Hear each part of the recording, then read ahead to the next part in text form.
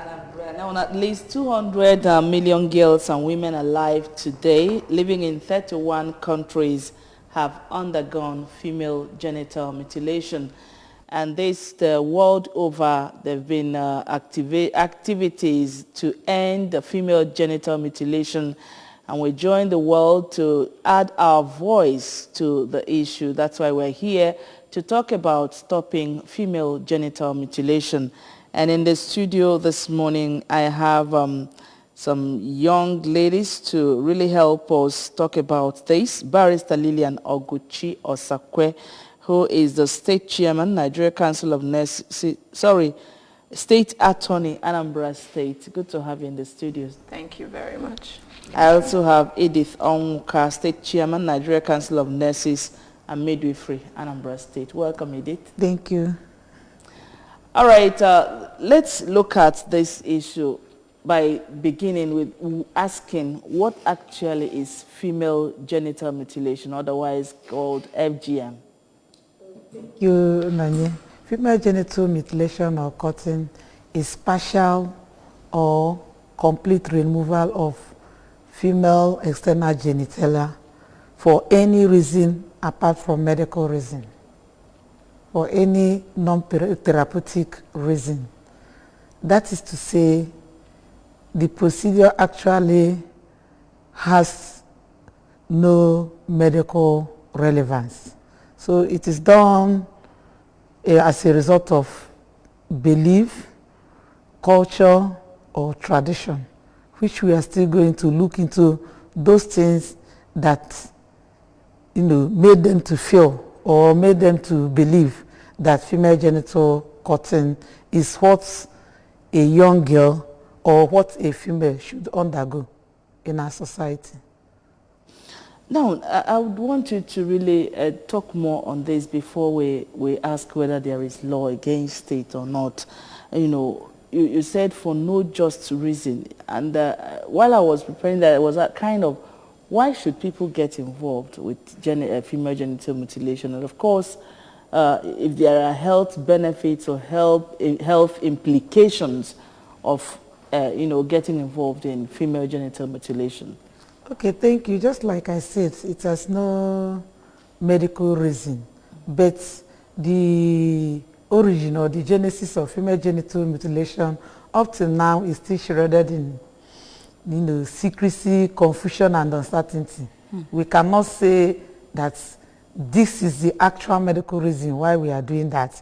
But before we proceed, let us see how this FGM, how it is done. We have 4 types. One is clitoridectomy. This clitoridectomy is removing the prepuce of the clitoris. As we know, this clitoris is the erogenous zone of the female genital system. So when it is removed, they believe that once it is removed, the woman will not have that urge again and live a life that they believe is good for them. Then another one is type 2. In this case now, there is a fold of muscle that covers the vagina. The smaller one and bigger one, we call it labia minora and labia majora. In this case, both the clitoris is cut, and that labia minora and majora are also scraped. Then the third one is what we call infibulation. In this case, you remove the clitoris, the labia majora and minora, and also stitch. In this case now, they just stitch it and leaving just a small hole for menstrual, for menses and then for urination. Then the last one is unclassified methods that we cannot say this is how they do it. In the north, they call it kishiri. Just they can pour some corrosive substances to numb, to mutilate. Let's go back to what the meaning of mutilation. Mutilation means you continue to, to manhandle a particular portion so that at some extent it will lose blood supply and become numb. Because as they are doing all those things, mutilating it, the blood supply to those areas are cut so that the person cannot, feel, if you touch the person, you cannot feel it again. So that is it. But we have been asking, why? All these methods, why are they doing it? Well, from books we read and from what we have interviewed people, what they say is that the female genital mutilation is good for a growing a young girl, to prevent him from promiscuity, to make him, it's an initiation to enter into womanhood, and also to maintain the dignity of girls, which as a medical person, all those things is baseless. Because somebody that wants to be promiscuous, whether you circumcise the person or you don't, will still land. It lies more on parental training, how the person was actually brought up. Then the issue of chastity or making the person to be pure is untrue, because during this process, it may land the person to what we call obstetric complication. Okay, we'll still get to that, to see the health implications of female genital mutilation. Now, Barrister, there's been this call world over to stop female genital mutilation, all over the world. Why do you think they are calling on and putting an end to this? Well, my colleague, the nurse, has already stated, actually the reason for the call for this is because it's actually a fundamental error, abuse of the rights of women and young girls. There are no health benefits to female genital mutilation. Worldwide, it is agreed that it has no medical benefits. The only thing you do, it's for your own selfish desires. It is just because of the kind of culture, our climes. Because if you find out, it's actually prevalent in African countries, even though they also practice it in some parts of Asia and Latin America. But the truth is, the concentration is on Africa, because that is where it is widely practiced. Now, internationally, globally, even the United Nations, through UNICEF and UNFP, have really strived. In short, they have already pinpointed. They said 2030, they will end female genital mutilation. Alteration of any, because, female genital mutilation, like she rightly defined it, it has to do with alteration of that external female genitalia of any form, whether by piercing, like you heard when she was mentioning the 4 types of FMC as recognized by World Health Organization. So, all the international conventions, that are trying to eliminate any form of discrimination against women, they all disagree. Remember that the Constitution itself, our 1999 Constitution, says you should not discriminate against anybody because of his gender. That's Section 42. Now, if you go further, the most recent laws we have, trying to key into that convention, because we have been a member, you understand, we agreed, we signed that treaty with CEDAW. African Charter on Human and People's Rights, everybody condemns discrimination against women in whatever form, including this FGM, that's the female genital mutilation or cutting. So now, flowing from CEDAW, the agitations actually finally bore fruit when the federal government decided that it is time to actually promulgate an act that will key into all the recommendations of that convention, that CEDAW, which said if you are a member country, you must make sure that you replicate the convention's stipulations in your own, domesticate it in your own law. So we did that in 2015, that's federal, through the Violence Against Persons Prohibition Act 2015. Now, however, the problem was the VAP is only applicable to the Federal Capital Territory. So the states now decided to also key in, through the VAP law. That's why we have in Anambra State, of course, we always blaze the trail just after Lagos. So we have a law in place. We have the Violence Against Persons Prohibition Law 2017. Okay. Now, by this law, Section 8 specifically states it that no form of female genital mutilation is allowed. That is actually an offense. It prohibits and criminalizes it. And if you as much as conspire or be the principal person that commits that offense, our women now trying to push you into making sure that you do it, everybody if you're convicted, you're liable to term of not exceeding 4 years imprisonment. That's a maximum of 4 years imprisonment, or 200,000 naira fine, or both, depending on the severity and depending on how the mind of the court is working. Thank you. All right. We know, like we said earlier, this is what, I don't know, this is what our forefathers, seem to have introduced. And some people are still doing it today in Anambra State. Now, I would want you to, enlighten us on the health implications, because I think it may go a long way to help them understand that what they are doing ignorantly, that this is what it can lead to. Also, what are the health implications of female genital mutilation? Okay, thank you. In short, I like today's program because the council shows that she is prepared for this, and I'm very, very happy that at least some prosecution have been made as regards this FGM. But before I proceed, let me just give a brief statistics. In Nigeria, actually, the prevalence is on decrease now. It has shifted from 15 to 49 years and then to 0 to 14 years, which currently is 19.2% in Nigeria. Then coming down to geopolitical analysis, you find out that Southeast have the highest prevalence of 35%. And in the Southeast, the state that practices this FGM is Ebonyi. Even though we have it in Anambra, but it's small compared to these states. And actually, I have run a program in Ebonyi State on this FGM, and you find out that up till now, upon all these laws, and I don't know whether Ebonyi presently have something like this, a VAP law to protect young girls.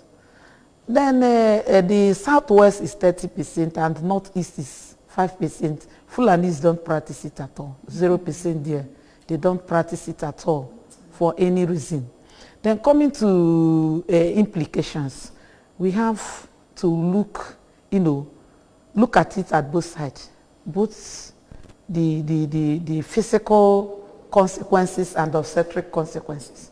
Let's start with physical consequences. Thank God a lawyer is here. One, it violates the human rights as it regards dignity, because I'm supposed to be that whole human being that God created me. And if there is anything you tamper with it, she will tell us better.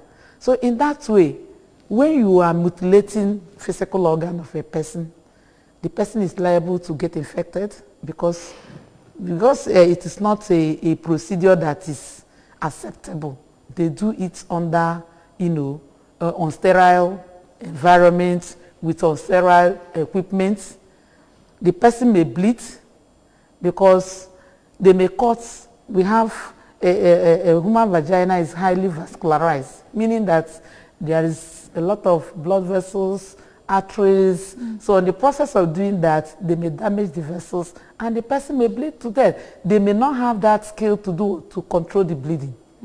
It may land the person to fibrosis. And that's the one we normally see in the labor ward. Because when they cut that thing, it will heal and form fibrosis. And in the normal sense, if a child wants to come out, the vaginal wall expands to allow the head of the baby to cram. So in this case now, because there is fibrotic formations there, it will not expand again. What we see is what we call multiple tears. Just like if I have wound and it heals, if I spread that place, it will not be as elastic as my normal skin. So when it is subdued under pressure, you see it tearing. So coming proper to obstetric complication, a lot of them. If we are to, to narrate all of them today, it will consume all our time. Let's start with vescovaginal fistula. Because the opening has been narrowed, it may affect the bladder and even the rectum. At the end of the day, you see the woman, urinating through the bladder, leaking through the vagina, or even the... That's uncontrollable. Yes, uncontrollably, because it has been damaged. And in most states where they practice this thing, you also find out that they practice early marriage. Somebody that is circumcised, being pregnant at the age of 14, is a good candidate to have some of these complications. Then another one is what we call pelvic inflammatory disease. It may land the person, especially the one they do at adulthood. It will land the person to infection because what they used to do, it is very, very unsterile. The person may get infection. From there, it will even, prevent the person from getting pregnant in near future. Then another one is shock as a result of bleeding. The person may bleed to death. Then another one is what we call multiple tears during childbirth, because, like I said before, the elasticity has been lost and the woman will be so short. It's an eyesore. If you have been in a labor ward and see a woman that is circumcised, you will pity the person, because it will be like a masquerade head. Scars everywhere. To the extent that if the woman is putting to bed a normal weight baby, like say 2.5, 2.6, must have tear. Because once the baby crowns, the surrounding muscles there will tear. And the person may land in a shock as a result of hemorrhage and so on and so forth. Then another one is infertility. Yes, because of all these things are linked to the unsterile condition and equipment during the procedure. So all these things can damage the woman's reproductive organ and render the woman useless. And that's why I say that all these things have no medical reason. All right. It has no medical backup at all. Rather, it has a consequence that is well known. All right, the program is still Good Morning Anambra, stopping female genital mutilation. Here in the studio, I have a medical practitioner, a nurse, and of course, a barrister at law. We're going to take a short break here. When we return, the barrister will be letting us know how effective is this law and actually how people can access the law. We'll be right back.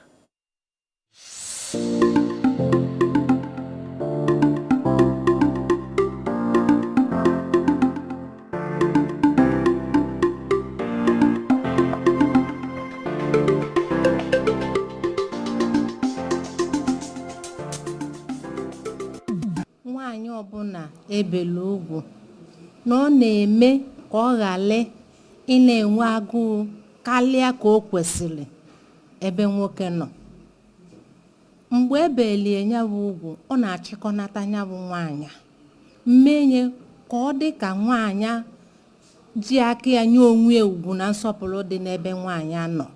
Maka na mgbe gboo ndị be anyị ma na nwaanyị inwe agụụ nwoke bụ inwe agụụ mgbe ya na di ya nọ. Na inwe agụụ nwoke mgbe ọbụrụ dịghị waalụ n'obodo anyị a. Mana ba ụmụ ọgbara ọbụ enwezi ibe ba ji enwe kpọlụ.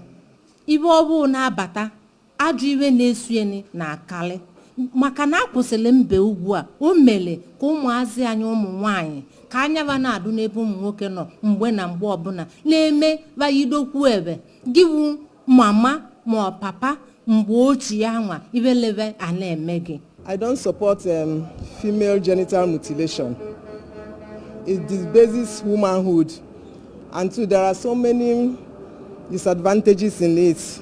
The girl, as a woman, when she gets married, she won't enjoy lovemaking with her husband because they removed that part of it during that circumcision. Even during childbirth, there is a medical condition associated with it.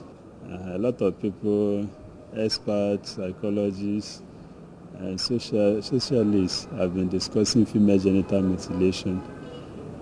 And for me, I don't think there's an advantage in female genital mutilation, the way I understand it, there is a lot of disadvantages, especially in this modern society. The girl child that is mutilated or passes through such practices suffers a lot of self-esteem, low self-esteem to start with, then even injuries, because most times these things are done in a very crude way. So most of them, again, that when you come to the rare act, that is the rare act of having intercourse or enjoying intercourse, they lose that excitement while having intercourse. Some of them even suffer trauma in their marriages because they don't have that excitement, they don't have that fulfillment. The main part and the people that I know about concern is about male circumcision. Concern the female, I don't buy the idea. Personally, I just don't like it. I think it's too painful for female. Because I observe a male while circumcising them, what they pass through. Even we more that can't withstand it. When they're doing it, it's too painful for male. Talk more of female.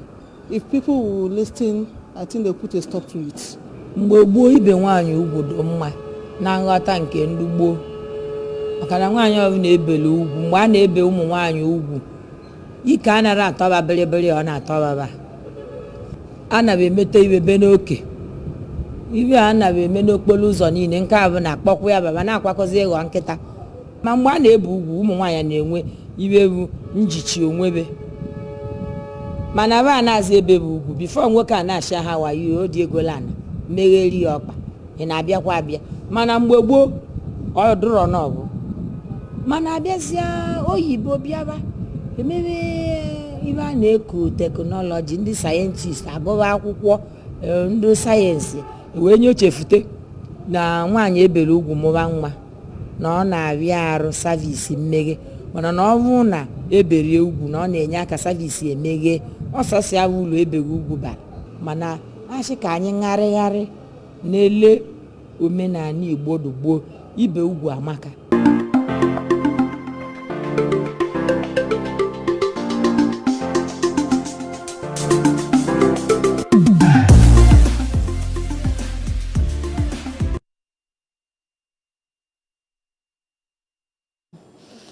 All right, we've heard it from the people out there talking about stopping female genital mutilation. And I think I like this vox pop because it speaks in favor and against it. So let's actually hear from you next, Edith. You know, what do you think concerning the speakers? Some people supported it, some are against it. What's your take on that? Okay, thank you. Let me start with the first person that was trying to convince us the reason why this FGM, cutting, female genital cutting, should continue. Let me say that the whole thing boils down to sensitization, because to her, female genital mutilation is very good in order to prevent our girls from being promiscuous. But scientifically, it has no basis. Everything depends on what? Good parental training. So I disagree with the first person that female genital mutilation causes more harm than blessing. And we should try to discourage it. It shows zero tolerance to female genital cutting. Because from everything we have said today, it is not good for our girls. The other man that spoke says it leads to low esteem. Yes, I've seen somebody that's, and at that time, let me see that the men, they use that FGM to, you know, they use it to punish those people that, you know, have decided to do it. Because from year to year, that a clitoris has been cut off. The woman doesn't have that urge again. And it will be a very good reason for the man to be moving outside, since what he has in the house is logwood. Nothing, just sleeping with the fellow men, because nothing again. So I'm joining those that condemn it to also condemn it from the medical perspective. It has no benefit. and we should try to discourage it at all levels. In short, let the government institute a focal, a focal person for this FGM in Anambra State, because currently we don't have any statistics yet. In some parts of Anambra State, it's being practiced. Anambra West, Obaru, Anambra East, Uyi, we still have traces of people, the TBAs practicing this FGM. It's not done in the hospital because it has no medical reason. No doctor can come out and tell you that you want to do FGM. All right, quickly, our time is fast spent here. Now, Barrister, I would like you to let us know how accessible this our law is, how effective it is, and how one can access it in Anambra State. Okay, thank you very much. The VAT law is actually very much accessible. You can access it. If you go to the Ministry of Women Affairs, you can easily access it.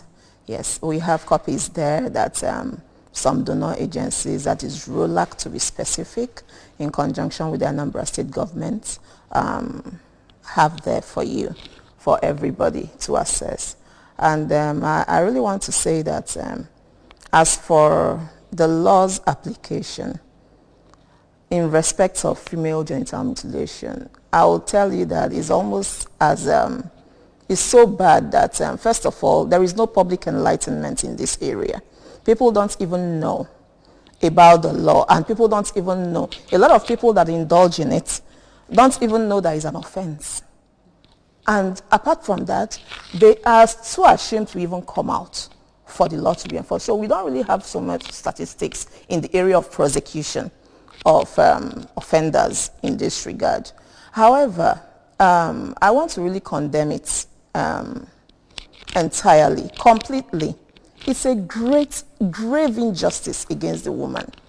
Yes, because like the first speaker said, our nurse, let me tell you, why it is called female genital mutilation is because it is not done for your own health benefits. It's just done for the personal aggrandizement of the people that are actually propagating these cultural practices. So because of that, if it is not of any health benefit to you, why would you be made subjected to such a dehumanizing position of having to, feel ashamed when you're having any kind of intercourse with your husband? In short, what it does is an injustice to the women, and it now encourages promiscuity on the part of the men, because they will go out and go and look for people that have not mutilated theirs. So it's a grave injustice and should be condemned completely, and women should stop. Nobody can tell me, there is no way, it cannot be proved. All these women that indulge in this practice, they tell you that it prevents the woman from being promiscuous. It has no basis. There's no basis. It's just, what they feel, or what they've been told. Some people don't even know the genesis, how it started. All they know is that this is the norm. Let's continue with it. I don't want my child to be promiscuous. Who said? All right, nurse, please, finally, what's your message to our people before we go? We are wrapping up the show. My and message, if there is any corrective surgery to people that have already undergone female genital mutilation. My message is more on recommendation. But before I go into recommendation, let me also inform the public that there is this current FGM that is being practiced by our mothers if they come to Omugos, or even some mothers, though they don't know the reason, but because they see others doing it, putting powder in between the baby's laps and then trying to rub it. So if they continue, that is proper mutilation. If they continue for some time, that clitoris will fall off. It's another form of FGM that is being practiced. At times you could hardly see them carrying the baby to the TBA to perform that procedure. They do it right there. And we have to discourage it. It is very, it's either they use a cream like Vaseline or they use dusting powder. You see, I've seen this one, Kuro, Robbie, Mama, what are you doing? I'm trying to, to make sure that I trim the clitoris so that the baby will be. So please, it is very, very bad. What I want to recommend actually is for Ministry of Health, reproductive health units. to actually work on this FGM and get us the statistics. There is no gainsaying that we don't have it in Anambra when actually it is in existence. But because we don't have the statistics, we cannot say this is where we are. We need to know where we are as it regards this ugly incident that is going on. Another thing is for government, and health workers saddled with the responsibility of educating and sensitizing the public to gear up on this issue. Make sure that they carry the sensitization to the doorstep of the rural dwellers. All right, we can go on and on, but our time is fast spent. Thank you so much, Barrister Lillian Oguchi, Osakwe State Attorney, Anambra State. Thanks for your time. Much. Thank you. All right, thank you so much, Edith Onwuka, State Chairman, Nigeria Council of Nurses and Midwifery, Anambra State. Thank you, Nonye, for having us in the studio. And that's just about it on Good Morning Anambra today on stopping female genital mutilation. Let's all hands be on deck until tomorrow. My name is Nonya Nwokoye. Bye for now.